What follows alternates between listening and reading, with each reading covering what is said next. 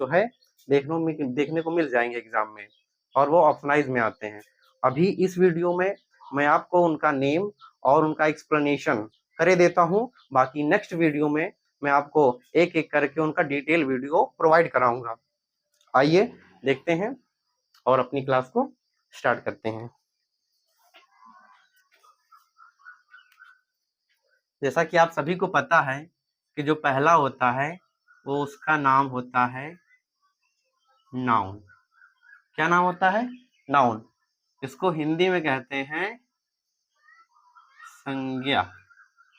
ठीक है, राइटिंग हमारी थोड़ी गड़बड़ है, मैनेज कीजिएगा। दूसरा होता है प्रोनाउन, जिसे हम क्या कहते हैं हिंदी में? आई होप आप लोगों को दिख रहा होगा, सर्वनाम।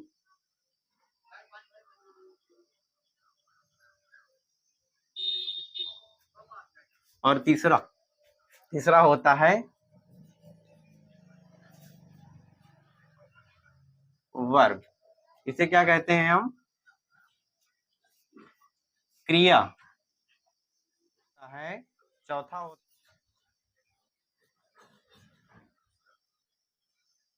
एडजेक्टिव, जिसे क्या कहते हैं? विशेषण।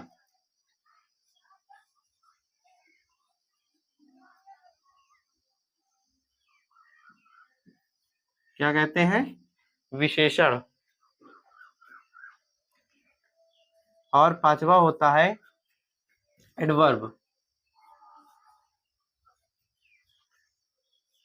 यानी कि क्रिया विशेषण।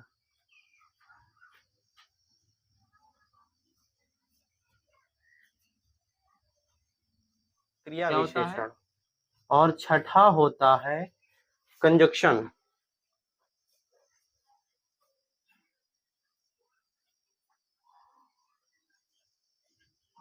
इसे क्या कहते हैं? संयोजक।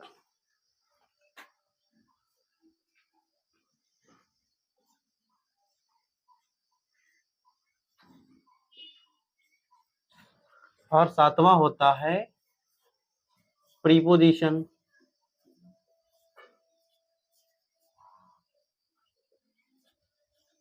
और आठवां होता है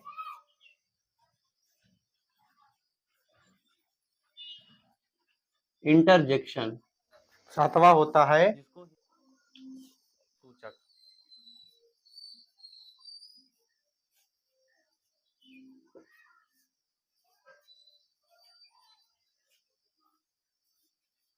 और ये लास्ट वाला है, इसको कहते हैं विस्मय बोधक।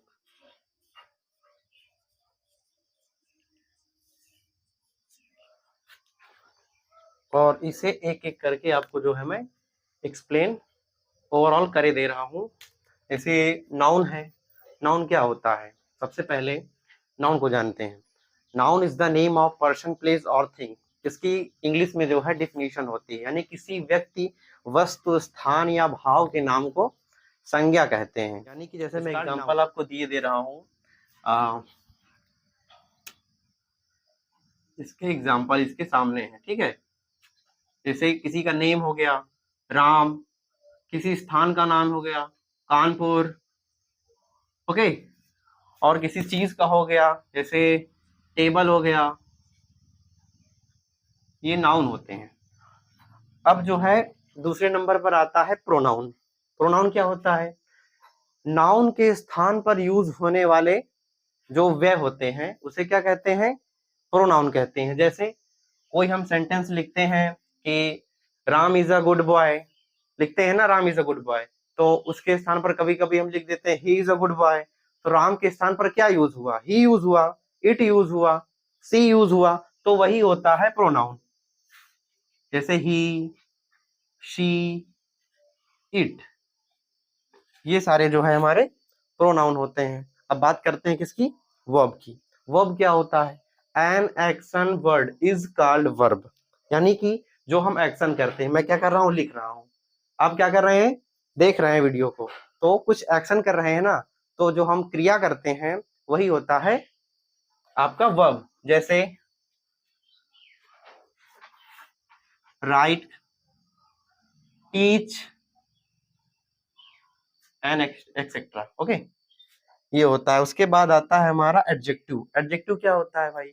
एडजेक्टिव होता है नाउन या प्रोनाउन की विशेषता बताने वाला। नाउन या प्रोनाउन की विशेषता बताने वाला। जैसे हम वाक्य में यूज करते हैं कि Ram is a good boy, तो गुड क्या होता है? राम की विशेषता बता रहा है, राम की विशेषता बता रहा है। सी इज इंटेलिजेंट हो गया, तो इंटेलिजेंट क्या है? सी की विशेषता बता रहा है कि वो इंटेलिजेंट है, तो गुड हो गया, इंटेलिजेंट हो गया। उसके बाद क्या है अब? एडवर्ब। एडवर्ब क्या होता है? एडवर्ब क्या होता है? एडवर्ब होता है वर्ब की विशेषता बताने वाला। वर्ब की जो विशेषता बताता है वो एडवर्ब होता है। इसके लिए जो है एग्जाम्पल आपको दिए देता हूं मैं। जैसे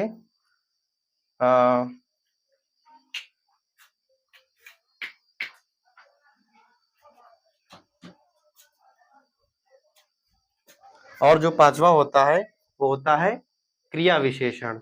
जैसे कि एग्जाम्पल मैं आपको दे देता हूँ, ही इज वॉकिंग केयरफुली, तो वॉकिंग कर रहा है यानी क्रिया कर रहा है। और कैसी क्रिया कर रहा है? केयरफुली कर रहा है, यानी सावधानी पूर्वक कर रहा है, तो उसकी वो विशेषता बता रहा है ना, तो केयरफुली हो गया।